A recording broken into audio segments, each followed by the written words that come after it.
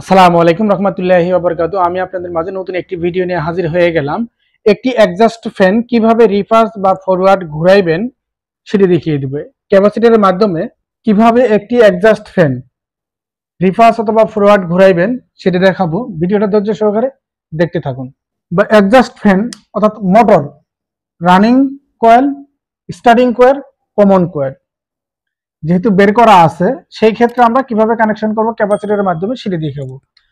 Running coil ক্যাপাসিটরের একটি প্রান্তে, যেহেতু ক্যাপাসিটরের দুইটি প্রান্ত থাকে, একটি প্রান্তে কানেকশন করব। আর স্টার্টিং কয়েলের প্রান্ত থেকে নিয়ে ক্যাপাসিটরের দ্বিতীয় প্রান্তে কানেকশন করব। আর কমন প্রান্তটি এটা নিউট্রাল হিসেবে আমরা ব্যবহার করব। নিউট্রালটি সরাসরি 3 পিন সাপ্লাই প্লাগের নিউট্রাল প্রান্তে টার্মিনালে কানেকশন করব।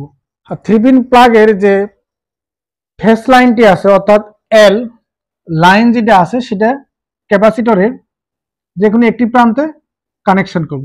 ফেস তারটি যেটা আছে সাপ্লাই প্লাগের সেটা নিয়ে স্টার্টিং টার্মিনালে কানেকশন করব। যদি প্লাগে যদি পাওয়ার দেওয়া হয় তাহলে মোটরটি রানিং রিভার্স অথবা ফরওয়ার্ডে ঘুরবে। সেই ক্ষেত্রে আপনারা মোটরের স্টার্টিং অথবা রানিং কয়েল কিভাবে মাপবেন, সেটা মিটার হোক বা সিরিজ লাইন হোক, আপনারা চেক করে বের করে নেবেন কোনটা স্টার্টিং, কোনটা রানিং, আর কোনটা কমন।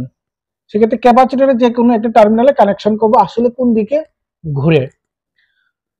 ধরি আমরা এটা ফরওয়ার্ডে ঘুরতেছে, তাহলে আমরা ফরওয়ার্ডে যদি যেহেতু ঘুরলো, অ্যাডজাস্ট ফ্যান লাইনটা আবার ডিসকানেক্ট করে রানিং কয়েলে ক্যাপাসিটরে কানেকশন করব। তার বিপরীত দিকে ঘুরবে অর্থাৎ রিভার্সে বা ফরওয়ার্ডে ঘুরবে।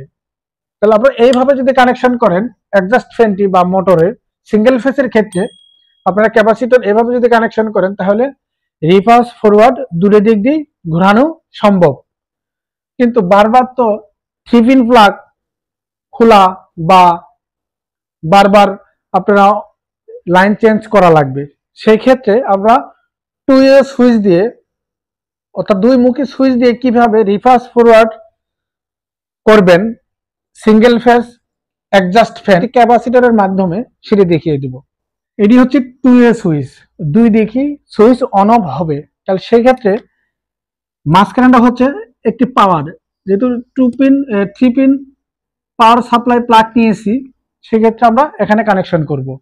আর স্টার্টিং অথবা রানিং থেকে নিয়ে যে কোনো একটি নিয়ে আমরা নিচে টার্মিনালে কানেকশন করব। যেহেতু স্টার্টিংটি নিয়েছি, তারপর রানিংটি নিয়ে রানিং কয়েল থেকে নিয়ে 2 সুইচের শেষের প্রান্তে কানেকশন করব। যেহেতু তিনটি টার্মিনাল থাকে, সেই ক্ষেত্রে ফেজ তারটি নিয়ে আমরা মাঝখানে যে টার্মিনালটি আছে সেটা কানেকশন করে দিয়েছি। আর নিচে যে টার্মিনালটা আছে সেটা আমরা স্টার্টিং অর্থাৎ অ্যাডজাস্ট ফ্যানের স্টার্টিং কয়েলে কানেকশন করছি।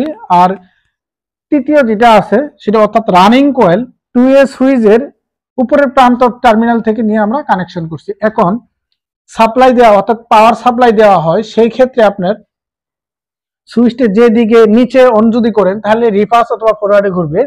আর সুইচটা যদি উপর দিকে অন করেন তাহলে যে কোনো একটি দিকে ঘুরবে। তাহলে এইভাবে কিন্তু আপনারা রিভার্স ফরওয়ার্ড একটি সিঙ্গেল ফেজ মোটর বা একটি fan adjust fan single phase, তাহলে আপনারা কিন্তু রিভার্স ফরওয়ার্ড ঘুরাইতে পারবেন অর্থাৎ চালাইতেও পারবেন।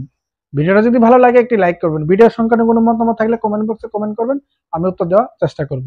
আসসালামু আলাইকুম রহমতুল্লাহি ওয়া বারাকাতুহু।